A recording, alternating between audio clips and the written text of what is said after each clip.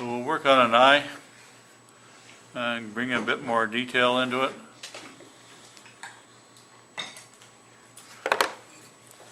So the first thing I'm going to do is I'm going to put a stop cut with a knife all the way around the outside. I'm going to establish the outside shape of the knife with a knife. I've already used a V-tool to create it, but now I'm committing myself. As soon as I put a knife cut in there, I'm going to commit myself to that is the shape of the eye. So I'm going to just take the time and get a nice shape coming here. I'll go over that twice. That's the top.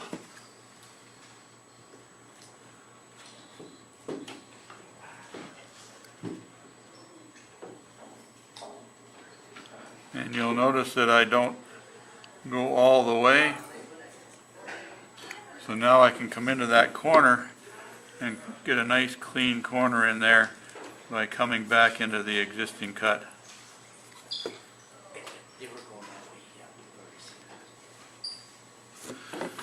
So now I'm going to spend a bit of time just smoothing that off. Now that I've got a stop cut in there.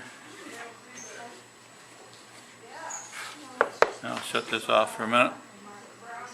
So now hopefully you can see that I've got the stop cut around the outside, and now I've removed wood so that it looks like the eye is actually coming out of the piece of wood all the way around. Now the eye is still a little bit too bulbous, so I'll use a gouge about a number 3 or a number 5 upside down to round that off and make a nice smooth cut around there, so that it gives it a nice shape. So that there is how it looks now, and I'll pass this around. So it's a nice clean looking eye now. Alright, let's go on with the eye. You'll see in the diagram here that there's a couple of marks coming out of the corner of the eye. So that is an indication that there is a wrinkle down the side of the eye.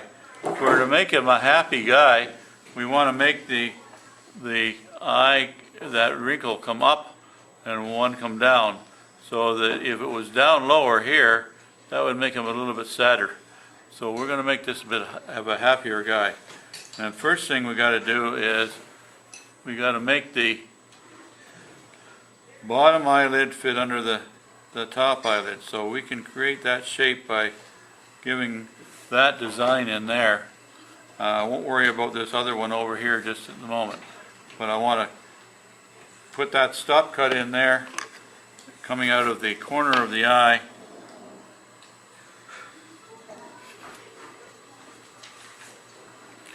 Like that.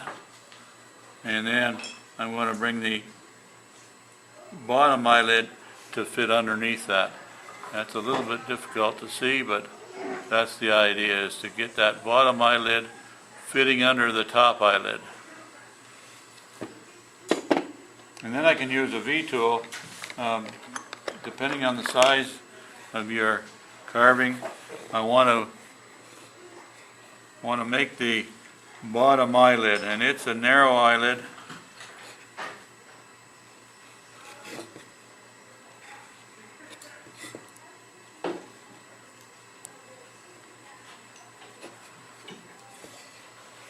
So can you see that? And I'm going to continue that in so that it tucks right in underneath that stop cut that I put in there.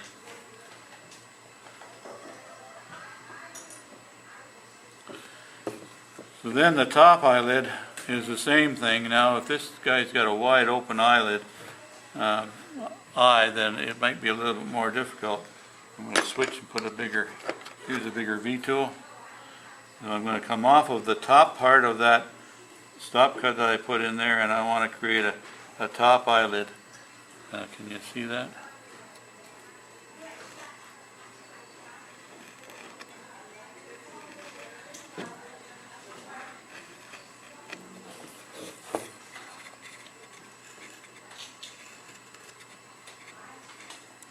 And not quite down to my cut in the eye. And this eyelid can be whatever shape you want. If you want it to go up a little bit higher, it can go up a little bit higher.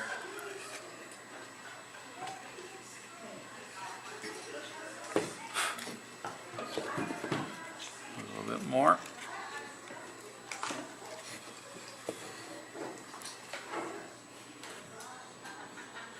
So there's a top eyelid and a bottom eyelid set up. Still got to round over the top part here, and we're going to give him a bit of a bag under his eye as well eventually. Stop it there. You can see on the diagram that there's a bag underneath the eye. So that's just a V-tool that you can create that cut.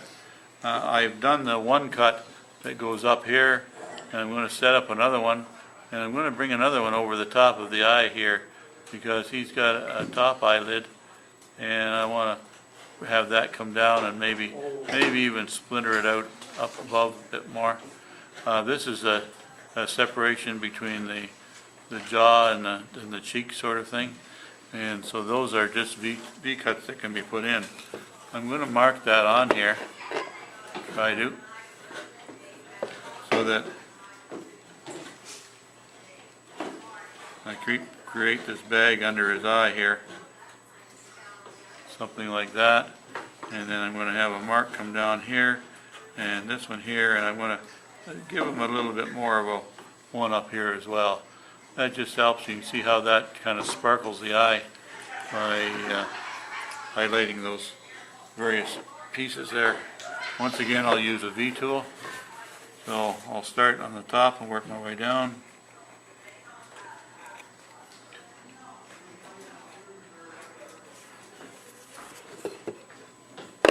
Go for a bigger V-tool here because I want to have a bigger notch. And this time the V-tool is nearly straight up and down, not turned on an angle.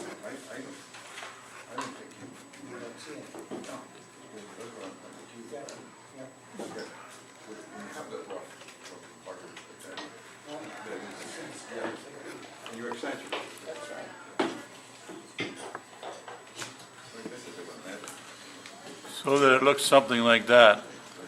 Now I'm going to spend a bit of time to create this sack here, and round it all off, that sack under his eye. But the V-tools have set the locations. So as we've been working on the eye, and we've been working in this general area here to accomplish that shape there, we've got the sack under his eye, and we've got the crow's feet coming out the side and his eyeball established. But we've got this big lump of the brow still sitting here. And you can see on the carving or on the diagram that that doesn't really exist. But in order to give him that wide eye look, if you remove the wood up above here, it would help to emphasize that. And it's not been removed. You can see it hasn't been removed on this guy here. So I use a fairly big gouge, a flat gouge, about a number 5.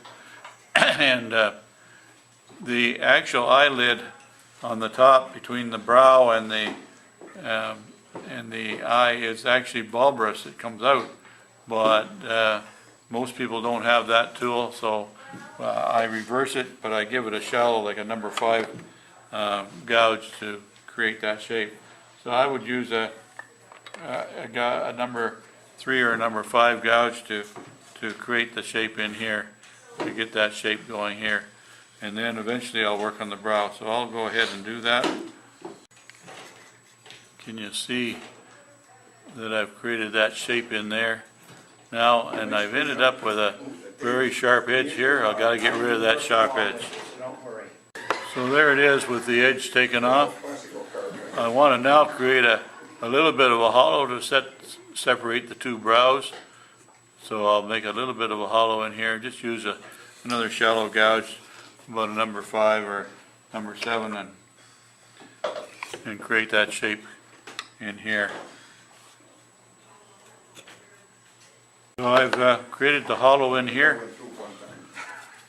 in the center to separate one brow from the other. And now I'm going to remove a little bit of material above it in order to give that bulbous look for the brow. So I'll get the material removed here. I'm going to use a big gouge for that. That'll give me kind of the right shape for it. Okay, so there it is with the ball or the brow bulbous. And a little bit of wood removed from the top, smoothed out underneath the eye. And now I'm going to give the appearance of hair or on the top there, and I will use a high-sided gouge. I use what's this, a number 11 2 millimeter, or you could use a number 11 3 on this size. Likely a 3 would be better.